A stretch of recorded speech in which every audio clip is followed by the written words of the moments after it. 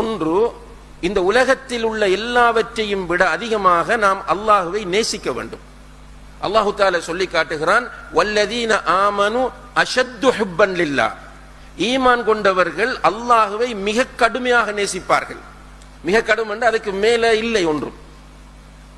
இதை சூரத்துல் தௌபாவிலே 24வது வசனம் நினைக்கிறேன், அதிலே சொல்லும் போது, குல் இன்கான ஆபாஉக்கும் وأبناؤكم وإخوانكم وأزواجكم وعشيرتكم وأموال اقترفتموها وتجارة تخشون كسادها ومساكن ترضونها أحب إليكم من الله ورسوله وجهاد في سبيله فتربصوا حتى يأتي الله بأمره.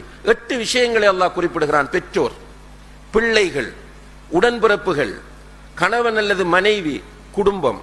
அடுத்தது, நாம் நஷ்டம் ஏற்பட்டு விடுமோ என்று பயந்து செய்யக்கூடிய பிசினஸ், நாம் சேர்த்து வைத்திருக்கிற சொத்துக்கள், நாம் விரும்பி குடியிருக்கக்கூடிய வீடுகள். இந்த 8ஐயும் திரும்பவும் நீங்கள் நினைத்து பாருங்கள். இந்த 8 தான் இந்த உலகத்தில் ஒரு மனிதன் வாழ்வதன் அவனுடைய மேக்சிமம் அல்டிமேட் நோக்கமாக இருக்கும்.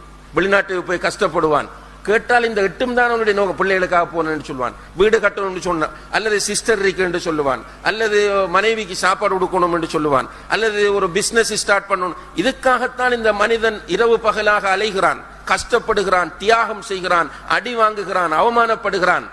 அல்லாஹ் சொல்லுகிறான், இந்த 8ஐயும் விட உனக்கு நான் விருப்பத்திற்குரியவனாக மாற வேண்டும், என்னுடைய ரசூல் உனக்கு விருப்பத்திற்குரியவனாக மாற வேண்டும், அல்லாஹ்வுடைய என்னுடைய பாதையிலே நீ போராடுவது விருப்பத்திற்குரியதாக நீ மாற வேண்டும்.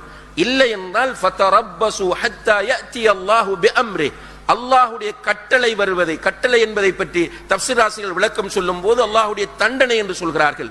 அல்லாஹ்வுடைய தண்டனை வருவதை நீங்கள் எதிர்பார்த்தீர்கள் என்று அல்லாஹ் தஆலா எச்சரிக்கை செய்கிறான். உலகத்தில் உள்ள எல்லாவற்றையும் விட அதிகமாக அல்லாஹ்வை நாம் நேசிக்க வேண்டும். உண்மையிலே ஒவ்வொருவரும் சுய பரிசோதனை செய்ய வேண்டும். நமக்கு ஒரு மனச்சாட்சி இருக்கிறது, நம்முடைய மனச்சாட்சி இடத்தில் நம்ம கேட்க வேண்டும், இந்த அளவு தூரம் நான் அல்லாஹ்வை நேசிக்கிறேனா? நிச்சயமாக யாருமே ஆம், நான் என்னுடைய மனைவியை விட, பிள்ளைகளை விட, பெற்றோரை விட, பணத்தை விட, சொத்தை விட, சுகத்தை விட அல்லாஹ்வை அதிகமாக நேசிக்கிறேன் என்று சொல்லக்கூடிய நிலையில் கிடையாது. இல்லா மன் ரஹீம்.